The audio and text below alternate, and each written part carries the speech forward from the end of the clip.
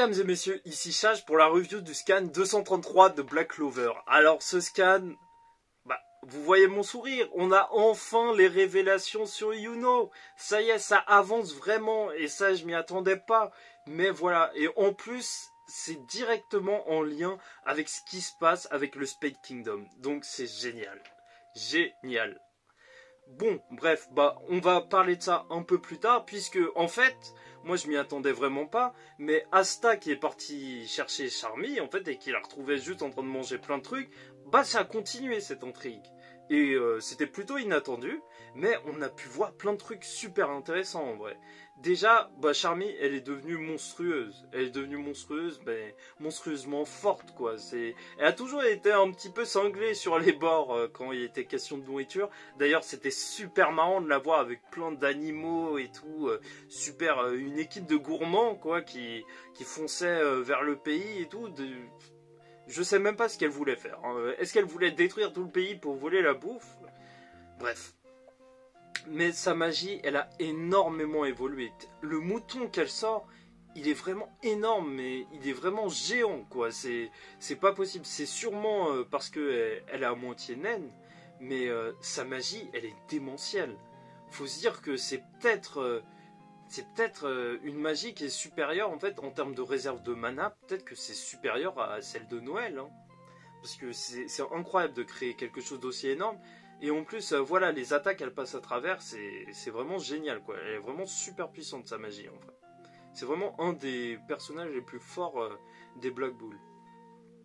Bon, par contre, ce qui est vraiment super intéressant, c'est qu'on voit un autre des 5 super mages, en fait, du royaume du Heart Kingdom, en fait. Ouais, du Heart Kingdom, puisque on avait vu celui qui faisait la foudre, qui était hyper badass. Et là, on retrouve Potrov. Ouais, Potrov. En termes de design, je vous avoue que j'ai pas trop, il m'a pas trop impressionné. Après, il faut un peu de tout hein, pour que ce soit assez vivant. Mais en termes de design, il y a le chapeau de paille. Qui n'aime pas les chapeaux de paille? Les chapeaux de paille, si tu lis des mangas, tu es obligé de respecter le chapeau de paille. Tu ne peux rien dire face au chapeau de paille. Mais voilà, il a un petit peu un design de petit tout gentil. En fait, on dirait vraiment je sais pas si vous y avez joué, mais dans Épée et Bouclier, le champion de la première arène, Percy. En fait, je vous jure, vous tapez ça sur internet, il a exactement la même tête, le même design que ce personnage, que Potrov. Et donc lui, il a une magie de plante, et ça semble assez logique, puisque en gros, leur magie, c'est des magies elle l'a dit, la princesse du Heart Kingdom, c'est des magies naturelles en fait. Donc voilà, t'en as un qui fait de la foudre, elle qui fait de l'eau, et lui qui contrôle les plantes, ça semble logique. Et même on peut se dire que, ouais, il y en a un qui va contrôler la terre. D'ailleurs, je le vois bien avec un esprit de la terre, puisqu'on n'a pas vu le 4e esprit. Mais voilà, un avec le feu et un avec de l'air, ou quelque chose comme ça. Dans tous les cas, c'est des trucs naturels, donc ça va aller assez vite en fait. Ça va aller assez vite. Il n'y a pas plein de possibilités comme justement les magies de temps, les magies des chaînes, les magies d'invisibilité. Tu vois, c'est vraiment beaucoup plus restreint, même si c'est justement les classiques qui marchent super bien, quoi. Le feu, ça a toujours marché. Du feu de Dieu. Le feu. Le feu. Bon, bref. Donc, en fait, on découvre justement en plus que Potrov, il n'a pas juste entraîné Charmy, puisqu'il a aussi entraîné Ril. Et là, moi, je me suis dit, ouais, c'est vraiment cool, parce que c'est vrai qu'il y a des capitaines, ils avaient vraiment besoin d'être entraînés. Mais bon, je trouve que quand même, c'est un peu gênant. C'est un peu gênant de voir que le royaume de Clover, ils entraînent leur capitaine, enfin, même juste un capitaine, au royaume au Heart Kingdom, quoi. Genre, tu te dis vraiment, enfin, moi, je me dis vraiment, ça devrait leur foutre la honte quand même que leurs mages leurs plus puissants, ils viennent s'entraîner chez les mages les plus puissants d'un autre pays. C'est un petit peu comme si ton pays était trop faible, quoi. Mais bon, de toute façon, c'était le personnage, en tout cas, qui avait besoin d'un gros entraînement parce que sa magie, mais Ril, sa magie, elle est impressionnante. Je sais pas si vous vous rendez compte, mais il peut tout faire avec sa magie de peinture. Face à un démon, il pourrait faire une magie de ténèbres, en fait. Face à un mec qui fait du feu, il peut faire une magie d'eau. Enfin, il peut vraiment tout faire. Genre, ce personnage, C'est limite, s'il n'y avait pas Asta, Yuno et tout, bah, je le verrais à la fin du manga devenir le nouvel empereur mage. Carrément, parce que sa magie, elle est ouf. Elle est vraiment ouf. Mais bon, tu vois que donc ces deux-là, ils sont entraînés, ils ont été, Charmy et Eril, ils ont été entraînés par Potrov, et tu te dis, bah tu vois la petite case. Je sais pas si vous avez fait attention, mais tu les vois faire n'importe quoi pendant qu'il explique des trucs, et c'est exactement ça. Mais ça va être des barres, mais ça va être des barres. Quand on va voir ça en anime, mais ça va être fou, parce que c'est vrai que ces deux-là, ils sont ingérables, ils doivent rien écouter, ça doit être insupportable. Vraiment le duo insupportable. Mais en tout cas, tu vois Asta, justement, Eril, qui vont s'occuper de se battre, de calmer Charmy, alors que Potrov, il n'y arrive pas. D'ailleurs, je me suis dit, bah, est-ce qu'il est si fort que ça? Mais bien sûr, on nous montrera plus tard, dans un combat, qu'il est vraiment beaucoup plus fort. Mais bon, déjà, Asta, il faut qu'on en parle. Il a vraiment trop la classe, comme ça. Là, on voit vraiment, en fait, j'y avais même pas pensé de le voir comme ça, mais il est vraiment en train de surfer sur sa grosse épée, il en a une autre dans la main, et c'est vraiment super cool. Et là, il faut se dire qu'il va utiliser ces trois épées en même temps, donc il pourra avoir une épée dans la main gauche, une épée dans la main droite, en train de surfer sur l'autre, mais il est super cool, Asta, maintenant. Franchement, je trouve qu'il pète la classe, quoi. Tu vois le personnage qui débarque, même des fanarts et tout, tu peux faire des trucs de ouf, ça claque, ça claque. C'était vraiment une super idée de l'auteur de lui faire utiliser son épée comme ça.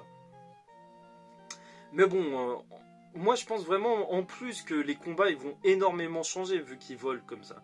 Même si avant ils volaient avec ses ailes démoniaques, bah là ça peut être vraiment cool. Bah, il utilise ses trois épées.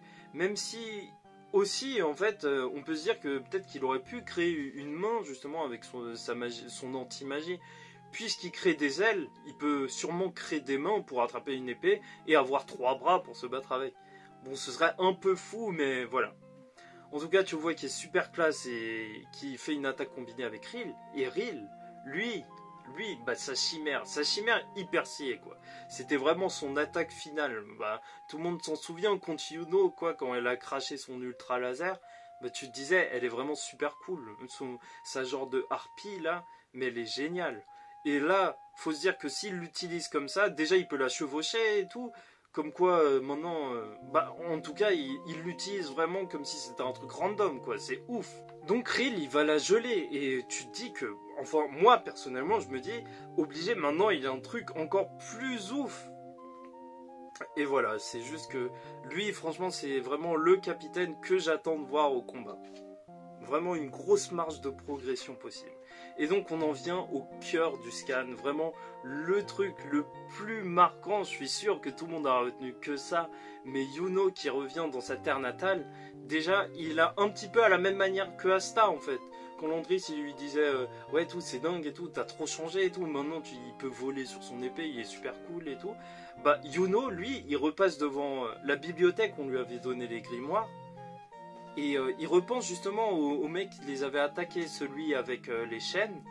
Et tu te dis, ouais, c'est vrai, Yuno, là, il se retrouverait dans le même combat, mais ce serait n'importe quoi. Clairement, j'aimerais pas voir ça, ce serait beaucoup trop sale. Beaucoup trop. Je ne pourrais pas, je fermerais les yeux. Parce que c'est... Yuno, il est à un autre niveau maintenant. Il est clairement à un autre niveau. Et quand il rentre chez lui, bah déjà ça fait plaisir de le voir découvrir, de revoir à chaque fois en fait que je vois la sœur et même le voir revenir chez lui, ça me fait plaisir. Et c'est drôle parce que en fait son esprit, le fait qu'il soit toujours là, c'est plutôt intéressant parce que en termes de dynamique, c'est vrai que Yuno il parle pas trop et tout et donc ça peut rendre les scènes un peu lourdes. Et c'est vrai que c'est cool que elle, son petit esprit, il parle tout le temps et tout. Mais quand il va justement rencontrer la personne qui voulait le voir, bah genre, bah cette personne, elle va tout expliquer. Bah, ouais, en fait, nous, moi je viens du Spade Kingdom, et avant, c'était un pays que tout le monde aimait et tout, même s'il y avait tout le temps une tempête. D'ailleurs, je me dis, la tempête, pourquoi pas, peut-être que ça aurait été l'effet justement d'une magie de neige, hein. Enfin, on sait pas, parce que c'est bizarre, je sais pas pourquoi il parle de la tempête.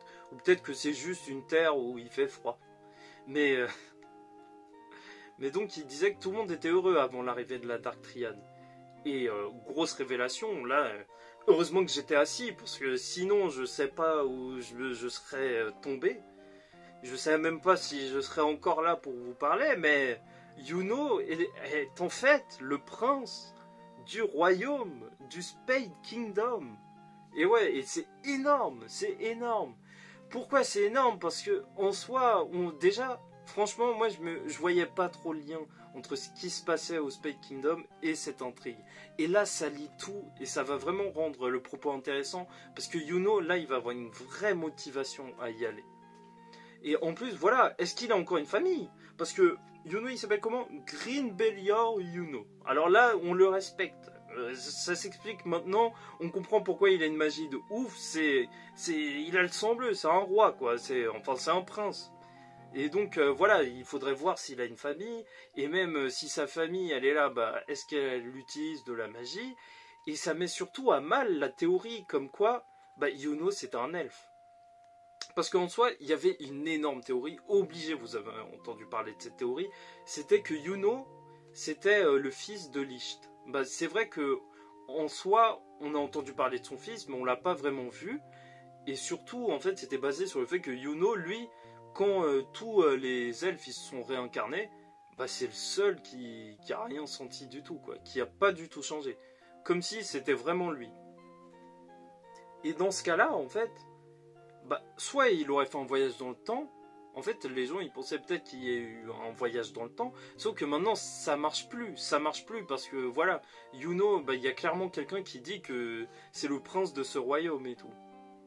Ou peut-être que justement en fait c'est ses ancêtres qui sont le prince, enfin qui sont le fils de Licht et qu'ils ont bâti le royaume et donc c'est pour ça qu'il a du sang d'elfe. Peut-être que ce serait tout simplement juste ça.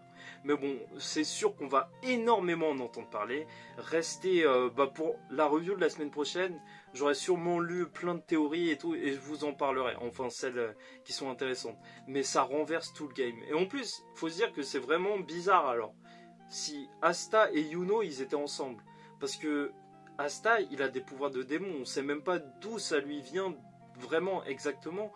Ça se trouve que en fait bah, il y avait des bébés de chaque camp qui ont été enlevés. Genre, un bébé du Spade Kingdom d'avant, avec la famille Ayuno, et un bébé de la Dark Triad. Ça se trouve, Asta, on va découvrir que c'est ses frères, en fait, la Dark Triad, et ce serait ouf. Enfin, c'est sûr qu'il se passe... on va découvrir des trucs énormes. Et c'est pour ça que moi, ça me fait énormément plaisir de lire ces scans, là, en ce moment, parce que là, on est à un tournant majeur. On va découvrir plein de trucs sur nos deux personnages. Là, on est dans les révélations. C'est sûr et c'est certain. Cet arc, il va être énorme. Donc voilà, j'espère que vous avez apprécié la review de cette semaine. J'ai peut-être été un peu trop long, je sais pas. Et dites-moi hein, si vous préférez des reviews plus courtes. En tout cas, on se retrouve la semaine prochaine. Voilà, je vous parlerai de ce que j'aurais lu en fait sur Yuno. Et je vous dis bonne semaine à tous et profitez de Black Clover parce que c'est bon là. N'hésitez pas à lâcher un petit like et à commenter. Commentez même pour dire un truc genre cool la vidéo parce que je sais pas ce que vous en pensez. Tu vois, il y a souvent une majorité qui parle pas, mais c'est pas grave. Mais c'est cool, c'est toujours cool d'avoir un petit retour comme ça. Et des critiques, hein, n'hésitez pas. Donc voilà, je vous souhaite une bonne semaine et je vous dis à la semaine prochaine. Allez, ciao tout le monde.